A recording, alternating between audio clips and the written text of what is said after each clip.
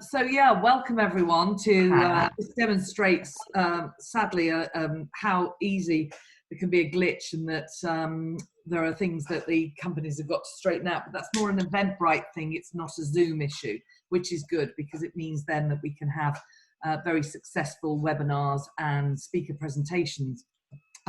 Just for those of you who have joined, I apologize to those of you who've been with us before. The Speakers Agency has been going since 2001.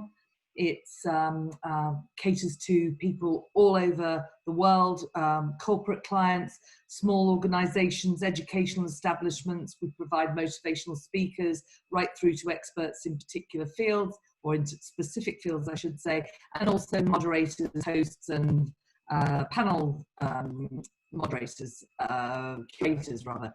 So it's all a very an expansive business, and we are very proud of the speakers that we provide to our clients across the globe. And today is no exception. We have got the most fabulous set of speakers. We have 4 speakers plus our regular host, Katie King, and I'm going to pass over to Katie to introduce all of our speakers today, and I hope you really enjoy what they've got to say. Thanks very much, Sylvia. Again, great to see you all here. Just the joys of technology, but I think most of you are in now, which is fantastic. We have the next hour to an hour and a half, depending on how long the Q&As go. And it's an incredible theme today, really pertinent one in the current climate. And I think with regard to branding, particularly personal branding, influencers, is really important at the moment. Just look at, some of our backgrounds here, virtual backgrounds, we're representatives, even if we're small companies or major corporations, representatives of that organization. And I think you're going to find today's speakers and this session, some refreshingly honest insights into a very relevant topic in this current climate. We'll be covering areas such as authenticity and those feelings I'm sure we've all had of inadequacy, that imposter syndrome.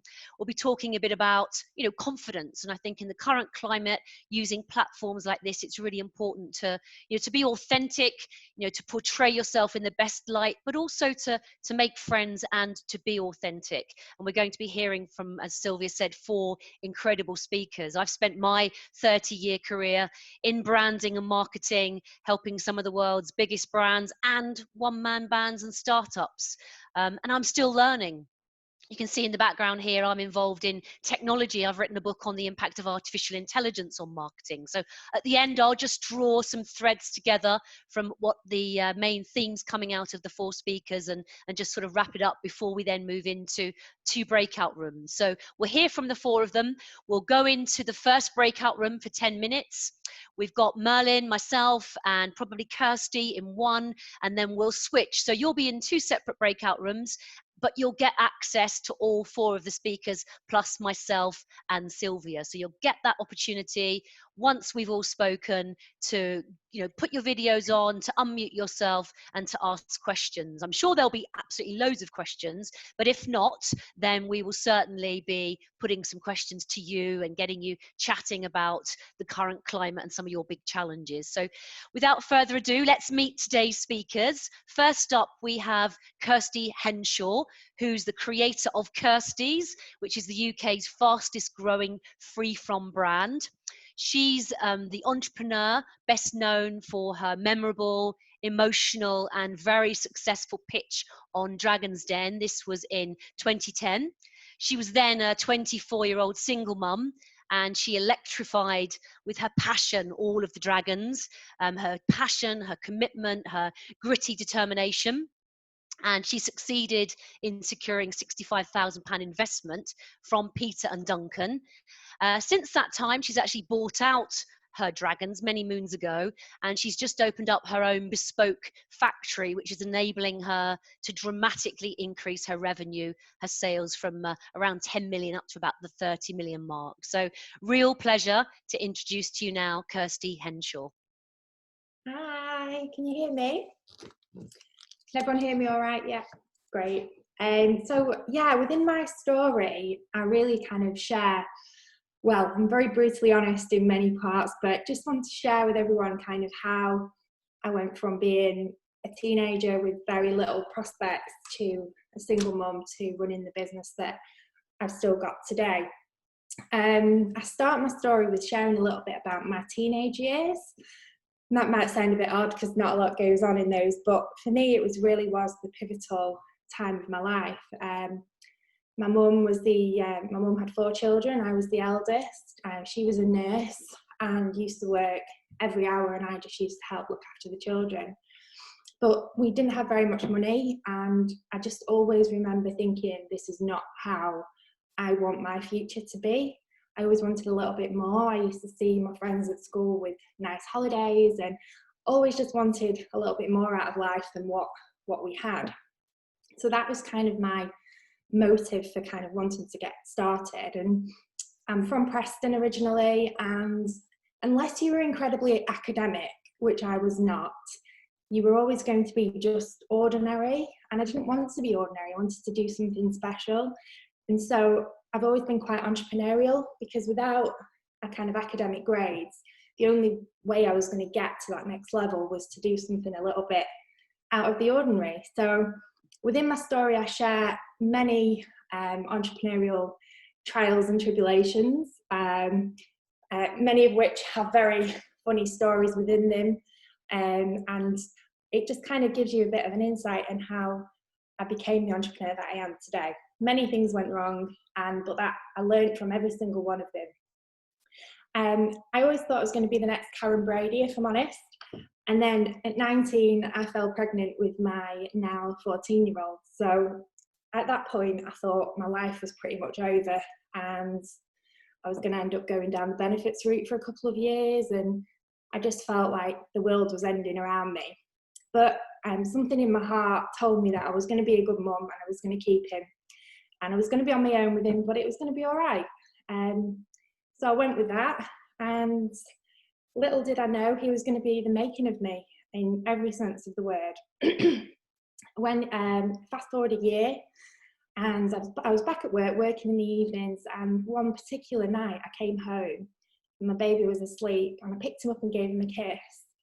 And that moment, he nearly died in my arms because I'd been eating peanuts. And it was discovered that night he had severe anaphylaxis to peanuts and many, many other allergies that I didn't know about. So that night I realised that the most important thing in the world was understanding nutrition, allergies, allergens, and that whole kind of world surrounding dietetics that I wasn't aware of. And that was when I started to study nutrition, understand it. It really helped me with my own yo-yo dieting that many young people and of all ages go through. And it was the making of my kind of background, really. I just enjoyed every minute of it. And I focused solely on keeping him safe and well and making sure he ate well. And then my entrepreneurial spark came back. And so within my story, I share kind of how I went about creating my first range of products. I had a kitchen that was about 2 meters squared. There was hamsters running around, and there was all sorts of chaos. But I share how I went from physically making something in the kitchen to getting it on the shelf. Now that is it's a minefield in itself, and there's so many things that went wrong, so many things that went right, that you also have to kiss a few frogs on the way, not literally, but there's always a lot of people there that claim they're going to help you. So hopefully within my story, I cannot tell people how to do it, but hopefully share a few things that went wrong and hopefully guide people in the right direction. Everyone will also tell you how to create a brand and what it should be called and how you should do it, when really you just kind of have to go with your gut instinct. And I've actually rebranded now 4 times. There's been kind of method in the madness with all those 4 occasions, but the first one I did was very much homemade, and I thought it needs to be like this because it is homemade. And then when I eventually took it on Dragon's Den, the dragons told me it was crap, so we had to start again. So there's many, many little rebranding opportunities that I've had that have come from different people's viewpoints.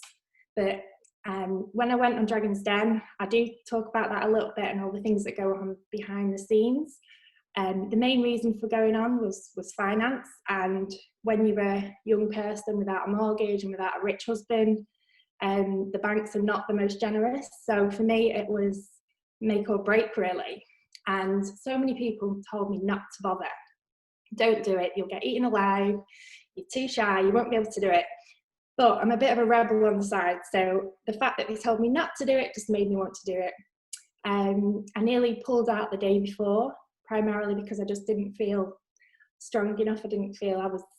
Almost didn't feel worthy of being on the programme, but I'm so glad I did it. So in my speech I talk about all that went on with Peter and Duncan afterwards, how the investment worked, and how it was probably one of the best things that I ever did.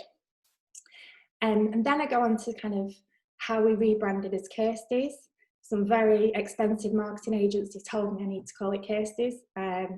Really, I should have thought of that myself, but within our industry, within free-from and within health, customers want to trust what they're eating, they want to trust the brand, and hopefully when my customers get to meet me or at trade shows and stuff like that, they realise that there's a person behind the brand. And I thought it was quite egotistical, and that isn't me at all. But it's been probably the best decision we ever made, was to name it after me, and it's just really helped tie everything together. We're coming on to a massive rebrand again at the moment. It's still called Kirsty's, but it's gone on to that next level, which is something that you have to do throughout business, is just keep up with the trends and see what's happening. So within the story, I also talk about just from it being just me working under license, how my business model was completely different to taking on my first members of staff and how all that panned out, to having 20 staff now and barely being able to manage it, especially when we're in a lockdown situation, and staff are the hardest people in the world to manage, but they're also the best people. So kind of how I've gone from never managing anyone in my life to 20 plus people. And I also talk about kind of managing children within a business, and I've always wanted to not be called a mumpreneur and not be called a female business owner. I think everybody is equal, but ultimately I do have 2 children and I am a single mum again. Great at business, terrible in relationships, but I've got 2 amazing kids. So I do talk about how I go about managing them. But most of all, one thing that I want to kind of get across in my story, and hope that it resonates with many people, is that whatever walk of life you're from, wherever you're from in the country, whatever you've had or whatever you've got, anybody can make anything happen with the right mindset. So hopefully within kind of all the things that have gone wrong and right, people can take out elements of that and apply it to whatever business they're in. It's not all about just food, it's about whatever business you're in, it all applies, it's all the same. So hopefully I do inspire other people, whether they're mums, females or 60-year-old men, it doesn't matter. Anyone can make anything happen with the right mindset. So yeah, I hope that's me, and yeah, I really enjoy speaking. I'm not quite as nervous normally as I am now, but it's because you're all looking at me. Yeah, so thank you. Anyway, that's me. Well done, Kirsty. I'm certainly inspired, and from a working class 11th floor of a block of flats myself in Tottenham, I think those words about that equality and anything's possible, that determination is so important and so relevant to anyone today. If it's a mum coming back to work, if it's a young person just starting out in their career, or someone kind of in their 50s, 60s who wants a new career. I think that's really, really inspirational. So well done there. Thank you very much. So next up, we have Rita Clifton CBE, who is a keynote business speaker. She's a writer and a practitioner on everything brand related, branding, business leadership, and she's recognized as one of the most inspirational women in the media and comms business. She's advised a range of leading global businesses and brands, as well as startups and businesses really in all stages of their growth. So really looking forward to hearing what Rita has to say. Thank you very much, Rita. Thanks very much, Katie, and also thank you, Kirsty. It's impossible to follow that story and quite difficult to hold it together while you're talking about it. It's an amazing story. I think what's also really amazing is how Kirsty has used her story to create this extraordinary and authentic and successful business. And clearly, not all of us are going to have similar stories. We're going to have very, very different stories. But I think what I would say, though, is that we've all got our own stories that we can use in some way, shape or form, whether to build our own businesses, build our own brands, or indeed actually help our organisations build better brands themselves. And weirdly, I have spent a bit of lockdown doing the thankless task of reading my book proof. And the book is actually called Love Your Imposter, which I think relates a bit to Kirsty's story, because a lot of us don't feel that we can do what we actually find in the end that we can. But there's also something else about that, which is that we need business to be more human, and we need to recognise that actually we've all got some stuff going on, and maybe some of that stuff we can use to help us be better, to be more empathetic and everything else. So the book is actually called Love Your Imposter, Be Your Best Self, Flaws and All, because we need businesses to be run by human beings with flaws and all, as opposed to stuffed corporate press releases and shirts and things like that. And also we need to, if we love our imposter, we need to love the people that we work with and hopefully get customers to love what we do in businesses. And the thing I'd add, of course, is that you can really use brand thinking to reflect that, but also to make sure that we can get out of the position that we're all in at the moment. Now, I don't know about you, but there are certain words that I never, ever want to see or hear again. So I'm sure you've got your favourites. I've got unprecedented, in these uncertain times, in these worrying times, COVID, etc. And I don't know, I just reach for the delete button now. And I've gone dark as far as a lot of news is concerned, because I just don't want to hear it. What I do want to hear is about what we can all do about it. And there's a phrase I'm sure you've heard too, build back better, or hashtag build back better. And even though it's not perfect, and actually it was first defined by the UN in 2015 to do disaster recovery. So that's how cheerful it is. And it usually gets attached to infrastructure and things like that. But nevertheless, I think there's a really positive take on the whole build back better idea. In that sense, I think that we can all find this as a time to break free, hopefully move forward from some of the hamster wheels that we're all involved with in our businesses. And also, I think right now, if it doesn't sound too highfalutin, is to find a way of loving what we do more, whether we're doing it for ourselves or whether we're doing it for our organisations, actually to get customers to love us too, as decent businesses and also as human beings who work in businesses. Because I think you might agree that business has never had more problems in terms of being disliked, mistrusted and everything else, which is why we do need to come out as the human beings we are in business, running business and everything else. Because if we don't have successful businesses, we obviously don't have the money to pay for schools and hospitals and everything else. And that could be a bit of a problem. So we all need in some way, shape, form to represent brand business. So I'm just going to talk a little bit for the last few minutes about, I think, what we can all do to build back better in a positive way with brand business overall, within our own organisations and also with ourselves. And on brand business, I did a blog recently called Leaders in Leisure Wear. And I did that because when I am joining meetings for boards and everything else at the moment, what's great is that you can see into their own personal space. You can see their decor choices for good or ill.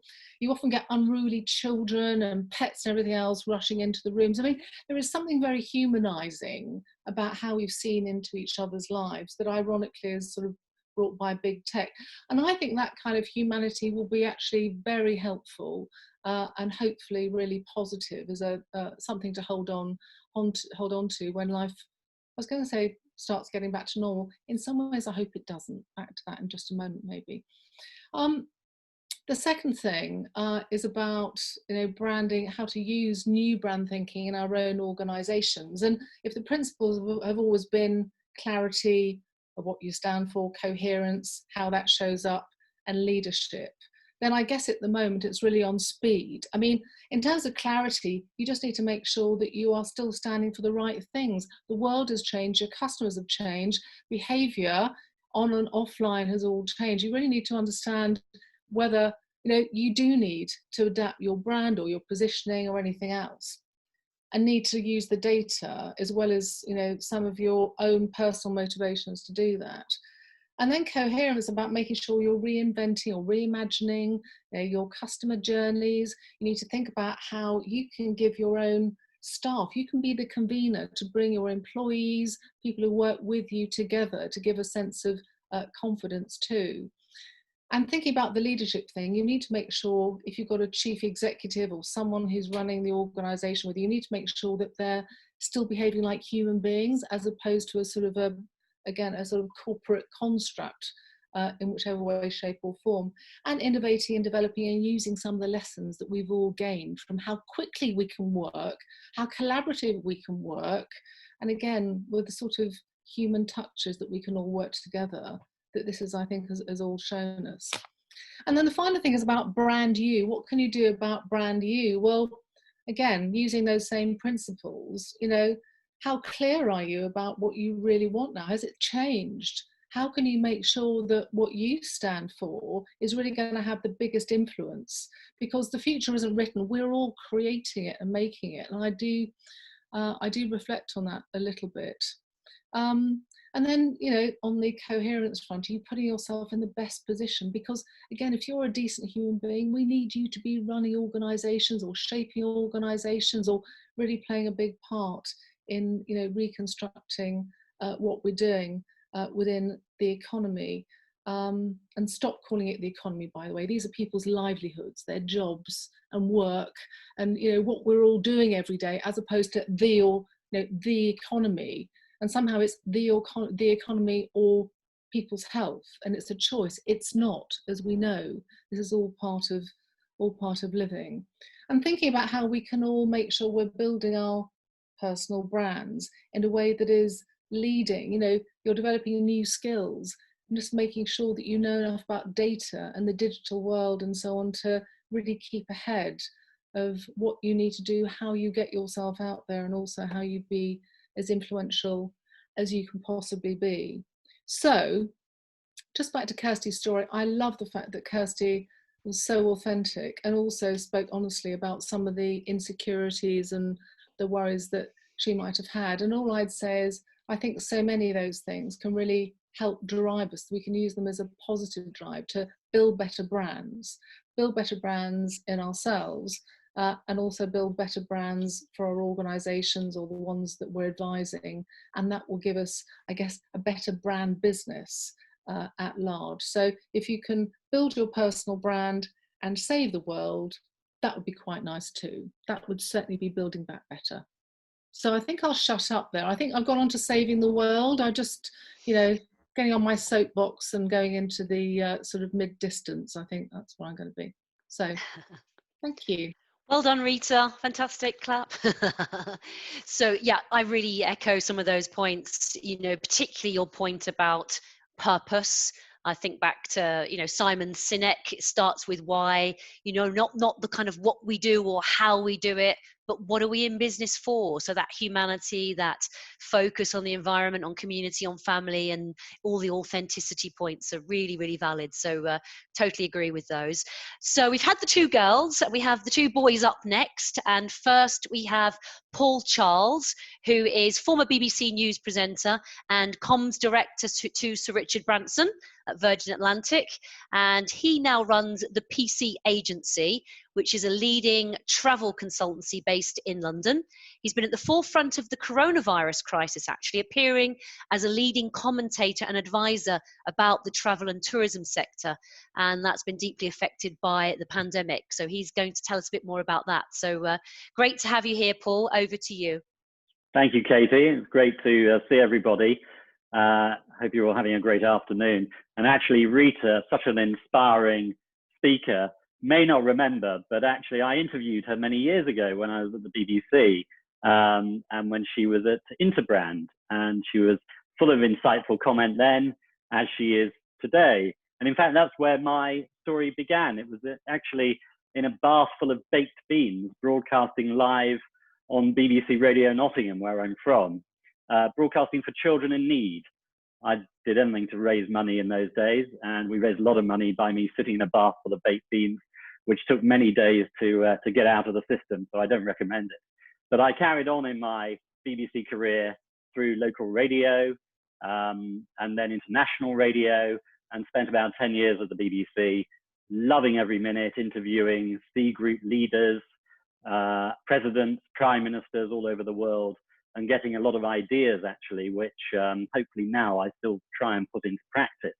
But I think the great learning at the time from the BBC was that here were all these amazing people doing amazing things, but sometimes they never knew how to get their message across succinctly. And they didn't know also how to be concise and really stick to 3 messages in life. And I fundamentally believe that if you stick to 3 messages, people will actually remember what you're saying, what your argument is, and then will repeat it to many other people over many years afterwards. So your initial 3 messages will reach thousands of people over a lifetime.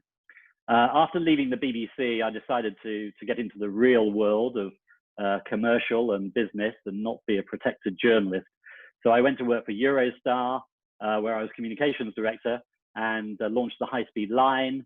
We turned Eurostar from a company that a lot of people didn't want to use.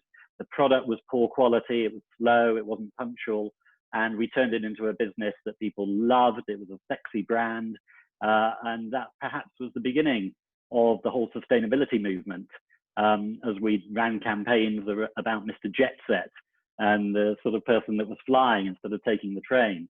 And then after Eurostar, I was lucky enough to be sitting at my desk one day, and Richard Branson rang, as you do.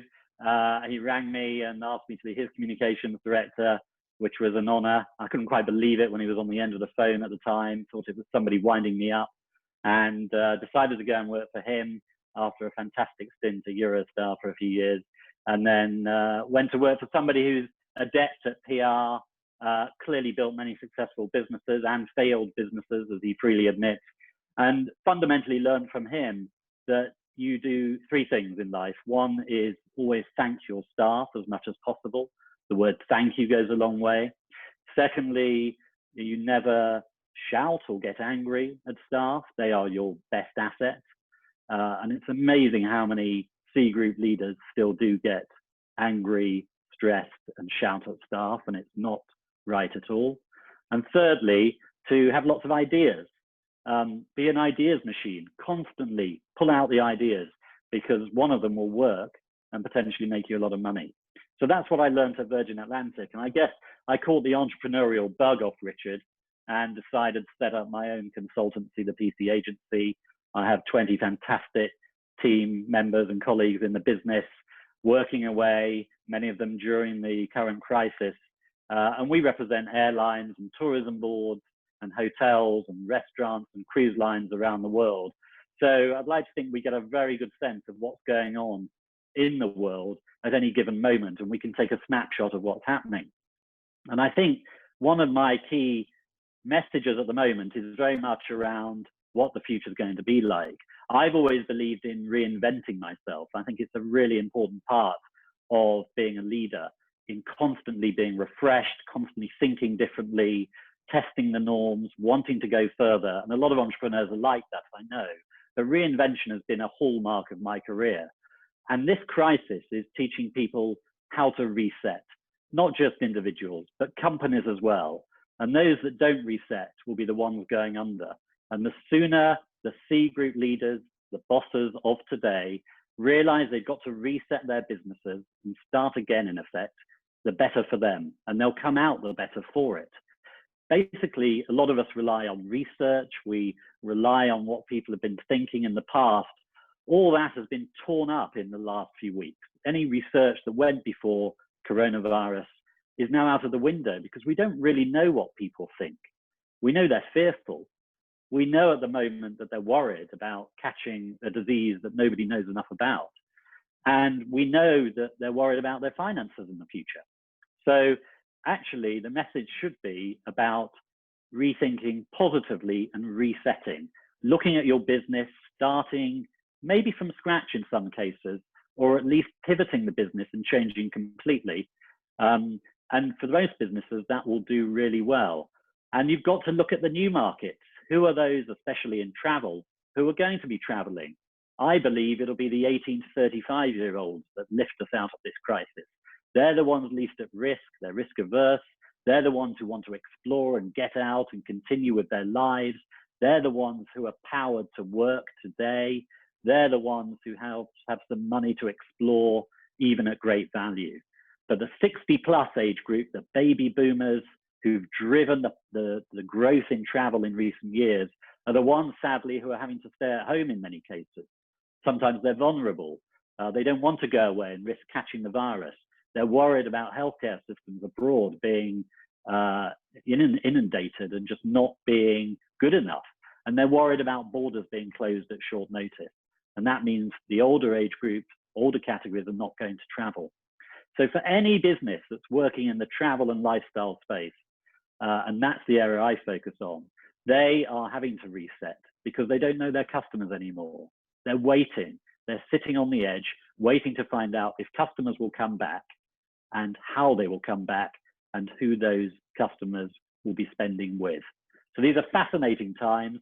My story is very much about reinvention and resetting, and I think it's appropriate for our days of today where we're not quite sure what's around the corner, but it's very exciting. Well done, Paul. Absolutely fantastic. Clap again. That really resonates with me as someone who hit 50 and then had to go and write a book to reinvent myself as well around the world of artificial intelligence in business and marketing. So really powerful advice there around the three key messages. I think all of us struggle at times to be really concise. So that's very, very wise. Thank you very much for that. So next up, very excited to announce our next speaker, who is Merlin Griffiths. He's worked around the world, from Soho cocktail bars to high volume restaurants, members clubs, nightclubs, corporate events. And most of you probably will recognize him. He's appeared in the UK's long running and most favorite Love Matching series since June of 2013. And he also, if someone could mute, I've got a bit of background, somebody needs to mute their background there. So he's appeared on Saturday with James Martin, creating cocktails for viewers to make at home. And he spent 3.5 years working in global marketing for Bacardi as global ambassador for Bombay Sapphire Gin. So up next is Merlin Griffiths. Over to you, Merlin. Thank you very much. Thank you very much, Katie. And Kirsty, Rita and Paul. Some brilliant points there, and I'm going to try and sort of touch on those. I'm sorry, I'm not a professional speaker these days in more than the sense that I speak professionally, I suppose, to dating couples over the bar. So I feel a little out of my depth now I've heard you all speak. But nonetheless, I think what I'd like to sort of touch and say, because it is about branding. While you know me as a bartender, and while you know me as somebody who makes our guests feel at ease more commonly on first dates, what you might not know is that I've actually got about 25 years behind bars and within hospitality as an industry. And during that time, it's not just been working behind bars. I'm a business owner myself these days. I have a public house. We're just converting letting rooms at the moment. I'll talk to Paul's point at the moment about pivoting, actually. There's an important part that I've done here during lockdown for our business. And also I spent 4 years with Bacardi Global Brands, as you mentioned there, as a global brand ambassador for both Bombay Sapphire Gin and Oxley Gin, which was fascinating because now this was back in the early days of advocacy. This was before many brands had sort of touched on the idea that people can represent them. The brand was always represented by a larger marketing agency. So they had their brand insights, they developed their brand truths and so on. But realistically, all you ever knew as the consumer about the brand was that top line that you were given. Brands on the whole tended to be quite secretive. And a lot of them still are. Obviously, you think the Coca-Cola recipe, massively secretive. Kentucky, on the other hand, KFC, we know about the 11 herbs and spices now, don't we? You see. But in step now, suddenly, ambassadors, a human element to your brand. Now, in the old way of doing this, this is all largely it was. This goes straight into telling stories. As Kirsty was saying, it's about her story behind the brand. This is what gives a brand strength. So you were there to largely communicate the brand's main story, and I had to do this on a global basis to consumers. We did a number of consumer events. This is your way of supporting the sales teams in local territories, because a salesman talking to their customers, consumers, guests, I like to call them personally, talking to them, they feel like they're being sold something. You can step in now as an independent person, as a brand ambassador. You're in this lovely, unique position where, as the human face, and just talk to them about what they've got and what you've got to offer. You're not trying to sell them anything. That's the sales guy's job. Honestly, if they want to have a laugh about it, you can have a laugh with the guy about this. This is wonderful. So all of a sudden, it's a much more, how do I say? It's a much more subtle way of getting people to trust your brands. Alongside that, ambassadors were used largely for trade insight. This is a huge part of this. Global corporations tend to be very detached sometimes from what actually happens with their products. And an ambassador, such as myself for spirits, you've come from on-trade, so you know bartenders and you know guest preferences much more intimately than a global marketing department. So you play a very useful role in bringing that feedback in. Alongside all that, though, it was just to be out there, be the face. You had to live and breathe the brand. I would say, actually, it's almost impossible to try and sell something or represent something you don't truly believe in. You do have to believe in your brand, and that's why you do have to make sure, I think as Rita was mentioning, that your brand has the right core values at its heart. You can't stand behind something that doesn't, and that's incredibly important, and going forward in this modern world, it's even more true than ever. But then eventually brands have sort of woken up. There's a cost. They look at cost.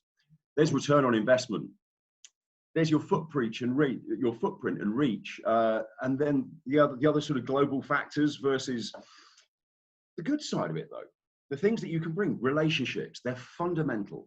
You can start as a good ambassador has to build relationships. This is your stock in trade, as well as I say, the on-trade insight, the liaison with sales, brands, bars, and an authentic voice. You are the font of all knowledge for that product, but never be scared to say you don't know, because you can always find out. You see, the technical guys as well, it's lovely to roll them out. We used to roll distillers out all the time. This is really good fun. But again, they tend to be a little too highbrow for some people. So they're nice to bounce off. Bartenders love the geeky stuff, I must be honest. But when you're doing consumer events, not so much. It's nice to meet the man that made it and say, I love your gin. Beyond that, do they need to know about time, temperature, pressure, ABV, and how they make it? Not so much. Really. And so again, that's where you step in and sort of go, great, we love your gin, and here's how you use it. So in a new world, though, how is this going to evolve? Travel, Paul, you mentioned this. See, I'm wondering how many companies out there are suddenly looking at their travel bills and going, ooh, we've not done so much travel at the moment. Right, this is quite actually healthy for our bank balance. Look at the way we're working now here on Zoom. This is wonderful. So you have to really take advantage of this new digital revolution in our way of working. I think this is going to be a hugely important pivotal point from an advocacy point of view. It's events like this where you can bring people together. I'll give you a great example of that. Very recently, I've been doing it with, you may know these lovely guys, Chase Gin. So we've been hosting up to 300 people at once in wonderful advocacy events where I've been working with James Chase, son of William Chase, and he's been presenting the brand and taking people through a tutored tasting, as we call it. And then I'll touch on now, what can you do with the spirit itself? And it's a lot of fun. The old way of doing that with Bombay, I would have had to travel to America or to Canada. In fact, I used to have to do Canada 3-4 times a year. America, I'd do 6 to 8 times a year. No need for that anymore, all of a sudden. The new digital way of maintaining relationships and advocacy. I think this is going to be very, very important going forward. So that's the main things. This is sort of my story. So this is what I do. These days, yes, I'm a business owner. So I'm also looking to the future. So when it comes to pivoting and what you can do there and advocating brands, I like to keep my sort of hand in both now these days. So small brands for me, it's all about small brands, things that we can do to change the world. I loved it when I loved Rita's point to and Kirsty's points about sort of building better brands and saving the world. See these guys, be positive. Avalon, possibly one of the most eco-friendly spirits. Guys, I'm doing a lot of work with. This is an old friend of mine, Tim Judge. They're tiny, and they're all about the apples. Even the bottle is, for once, the cheapest thing that they could get hold of, rather than the most expensive fancy packaging. The labels are made from the recycled apple pulp, and so on. The t-shirt he's given me here, by the way, is actually made from recycled t-shirts and has a QR code to get it recycled again when you're done with it. These sort of core values I love. They're planting 10,000 hardy perennials this year to encourage biodiversity around the UK. It's fantastic brands like this to look out for in the small ones. And I think our consumer behaviours, when it comes to this, responsible consumerism is hugely important. We really have to look, if we're going to keep things going in any kind of way that we're used to, it's time to take stock and think, okay, if I'm going to spend my money, where am I spending it? How am I spending it? Who am I spending it with? I think these are really important things to look out for.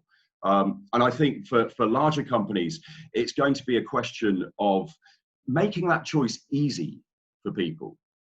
At the moment, it's actually quite difficult. If you actually want to sit down and sort of ethically spend a responsible consumerism in that sense, crikey, you might spend half an hour to an hour Googling the smallest of things just to make sure that you've bought the correct thing. You know, and so I think there's going to be a huge burden on companies at the moment, small and large, to inform customers and make sure that they are making a safe and ethical choice if they want one to be made. If you make it easy for people, then go. And this again is building better brands, saving the world. I love stuff like this. And for me as well, small brands across the board. So over the next 12 months, you will see me supporting a lot of small brands. I think small business, I am a small businessman, so I'm here to champion them. If you know any of them, send them my way, please. I'm very, very happy to support them. I really am. And I think they're going to make the real difference in our country going forward. They really are. And they're also the ones that tend to have this authenticity at heart. They really do.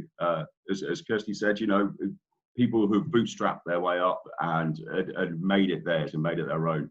Heartwarming stories that we can connect to. Brands and people, they're inseparable these days. I think the owners have to be every bit as much as an ambassador as a third party they can hire, but I'm always happy to help. And that's what else I do outside of First Dates, and that's a little of what I think about it. And thank you for listening. Merlin, well done, absolutely amazing. Yeah, I mean, 4 threads going through all of that for me around, you know, Merlin just points out about ethical and about that authenticity and believing in the brand. And, you know, it's out there, it's possible. You know, we're all in small businesses. Some of us have worked for corporates. And, you know, I just think it's inspiring, you know, through technology, and a point that was made earlier about the pivoting and taking advantage of digital technology and being able to therefore get access through Zoom, you know, to 4 incredible speakers is really powerful. And, you know, well done to the Speakers Agency for hosting this. It's absolutely fantastic. So what we're going to do now, we've been recording this all the way through. We won't be recording the breakout rooms. We will be going now into 2 separate breakout rooms, and you will have about 10 minutes in each, and you'll get to speak to all 4 of the speakers and to myself and to Sylvia. We'll switch around the rooms, which Ashley will do for us. So we will, if you don't mind, turn your cameras off if you don't want this, but while we're in the breakout rooms, although we won't be recording, we will be taking a few pictures of you. So got to fill up the social media profiles for the Speakers Agency. So we will be doing that. So we'll rejoin the main room in about 20 minutes and look forward to seeing you shortly. Thank you.